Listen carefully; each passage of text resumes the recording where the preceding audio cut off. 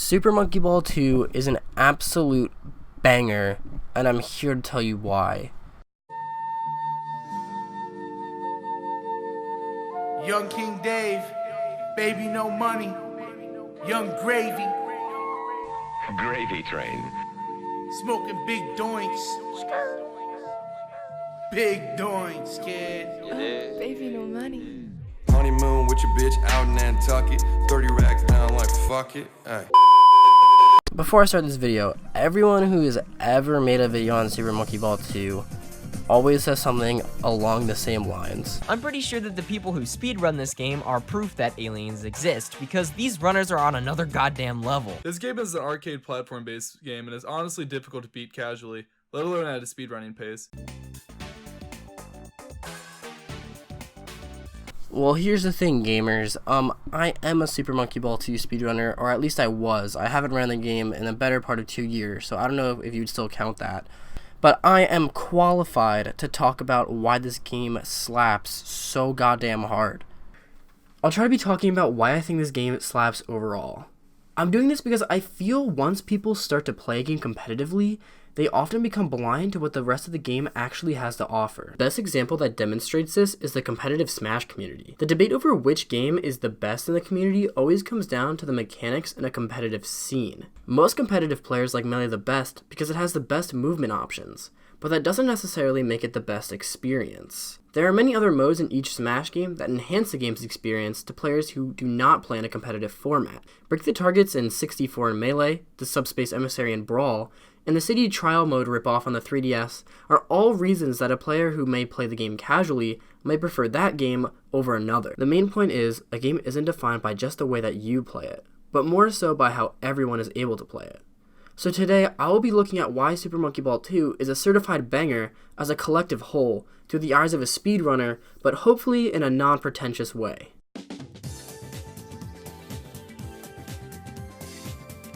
The first thing I like to talk about is what us soft boys like to call aesthetic. When it comes to games, or really any piece of media, first impressions are everything. The most important part about this game's aesthetic is that it's funny, lighthearted, and most importantly, inviting.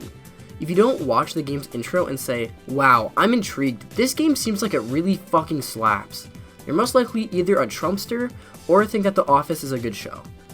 Being so inviting might seem to run contradictory to the difficult gameplay, which I've seen many people mention. The contrast of, oh look, monkeys and balls, and holy shit, this game is hard is huge, but I think that's where a lot of people have it all wrong. Yes, Super Monkey Ball 2 is extremely difficult, but there's something here for everyone. Super Monkey Ball 2 not only has its regular challenge mode, but also has a bunch of minigames, which for the most part are really fun. I've talked to people about this game and they don't even talk about the actual gameplay, they literally just talk about how much they played Monkey Target 2 as a kid. The story mode of the game also allows for unlimited retries to allow the player to be relieved of some of the pressure of losing their progress due to dying so many times in challenge mode. So although the game's main mode's difficulty is high, that doesn't mean that there aren't ways of easing the player into the difficulty or just allowing them to have brain-dead fun with the minigames. All in all, this is a really accessible game for everyone.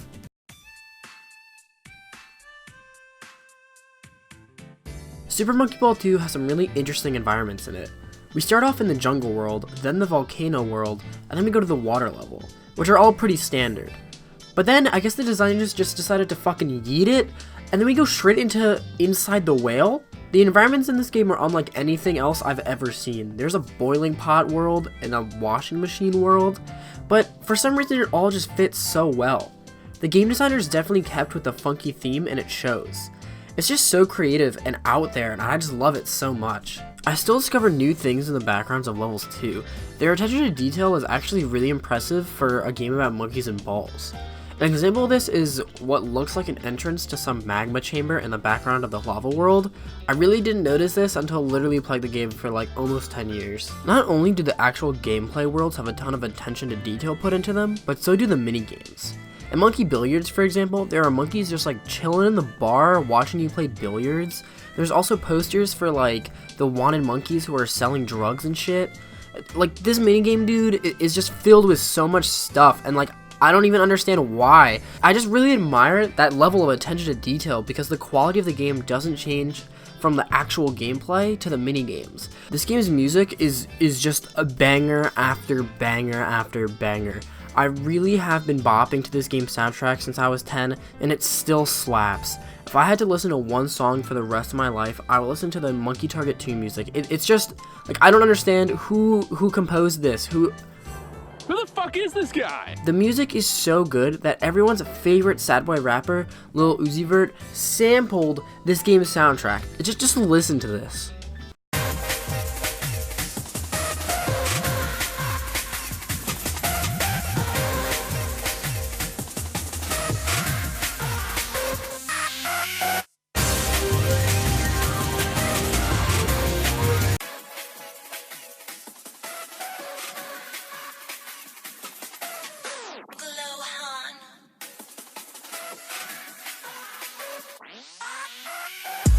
Diamonds on my choker, diamonds on my necklace. Diamonds, they be shining, boy, they so precious. I secure the bag, then I go get it.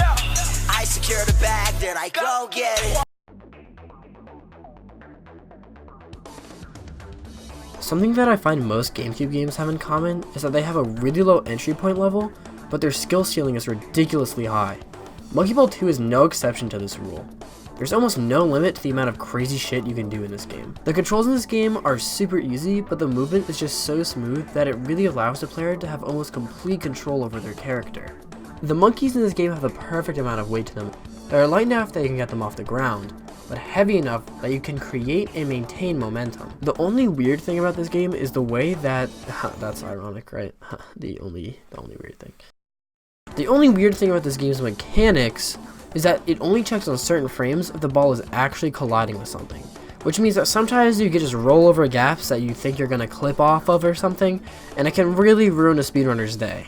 On the other hand though, the pause menu comes up in like one frame. I think that could be wrong, it feels like a frame, but anyway, the player can look for specific times on the clock and pause a game on certain frames to do specific inputs to get the same result every time. This is known as frame buffering. Obviously, frame buffering was not an intentional add-in to the game, but super accurate clocks and fast menu buttons were.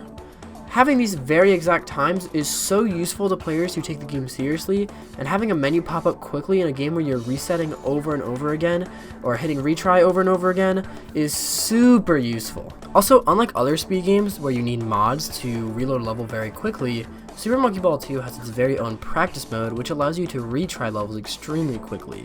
This is extremely convenient for speedrunners. Thank God for this smart design. Bless whoever did this shit. I took like a year off from this game and I went back to look at the world record, and holy shit, I shit my pants because I thought this game was at its peak. I thought it was optimized, and I was so wrong. And I don't think it's close either. There's just so much shit you can do in this game. You can get so creative. This game is insane. I can't.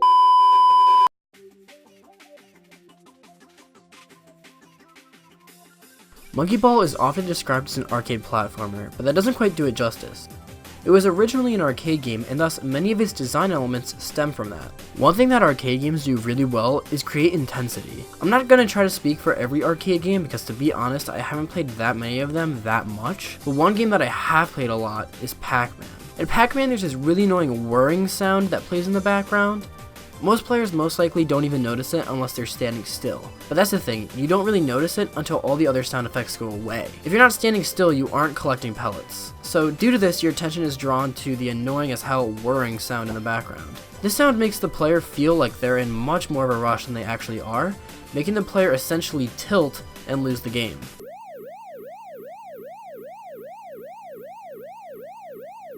The main difference between Super Monkey Ball and an arcade game, though, is that you don't have to pay to play Super Monkey Ball. You have to pay for it once, but your game isn't paid for. You're not playing for your money. Even though it is only 25 cents to play Pac-Man, each time you die, you have to pay more money. You're not paying that when you're playing Super Monkey Ball, so there's actually no losing. You're not losing money by trying again. Because of this, Super Monkey Ball 2 has to create other ways of creating intensity, or as I'm going to be calling it, the illusion of intensity. And I guess it's not really the illusion because it's very real. It's a very real intensity, so I don't know, it just sounded cool, alright? So let's just go with it. For starters, Monkey Ball uses a similar design element as Pac-Man by having a beat played every time a second passes. This sound is used for the same exact purpose as the Pac-Man whirring sound in the background, and is used to great effect.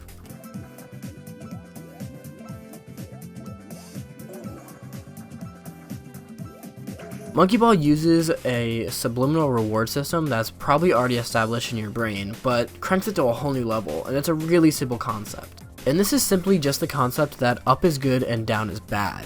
When you complete a level, your monkey shoots up towards the next level, but when you die, you usually go down, but if you don't go down, you're going somewhere crazy, and it's definitely not looking too good. Either way you go out, the game is going to go absolutely apeshit, and will completely tilt the player. When you're angry, you tend not to slow down, making the game much more difficult. The thing is though, Monkey Ball is a platformer, but it's also a puzzle game. An example of this is a level called Giant Swing. I don't speedrun the expert category very much, so I never played this level, and I wasn't going to try to do the super crazy strat, because I just don't know how to do it. So I kept dying on this level, and I was getting kind of pissed because I'm supposed to be really good at this game. Eventually I went to the stage view just to see what was going on with this swing, and I realized that there was actually a pattern. I mean, I knew there was a pattern, but I didn't know exactly how it worked. I realized that if I just waited one more cycle, that I would have a much better chance of making it to the other side. That's when I realized just how important the stage view in this game is, and I really think that because the game is so intense that players pass it up a lot. I don't necessarily think that's a bad thing.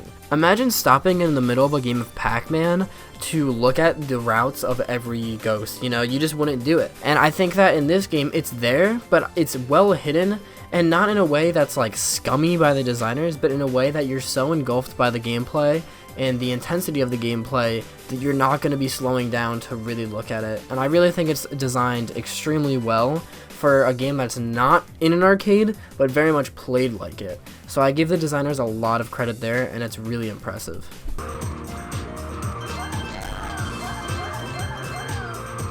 Fucking slaps!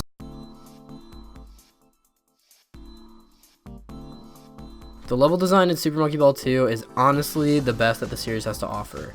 The levels are way more complex than the levels in Super Monkey Ball 1, and are way more elegant than the levels in whatever the fuck these games are. In the first Monkey Ball, most levels are mostly flat and have very little moving platforms. There are also levels that have multiple versions throughout each difficulty. More or less there's an easy, medium, and hard version. The games past Monkey Ball 2 have levels that are just way too long and drawn out, and they lack any elegant, smart design and just look like they were made by a 5-year-old. The levels in Super Monkey Ball 2 are short, but each feel distinct and have their own gimmick. I use gimmick in a good way, because each level feels like it has its own concept that makes it unique. For example, Soft Cream has the player rolling slowly up an ice cream shaped object, while a level like Pistons has the player avoiding giant objects that come up from below the player. Both stages aren't actually that large, and both levels can be beaten relatively quickly, but because both of them have distinct designs, it makes them stand out from the rest of the game and from each other. Of course, there are also really shitty levels. Whoever decided that stairs in any function, like going up or down, can fuck off. My least favorite level is Opera because of this, because it's just way too drawn out. I don't know who thought of this, but it is painfully bad. And unless you're doing a 4-frame perfect buffer, it's not good, and even doing that is not good. It's just not a good situation, dog.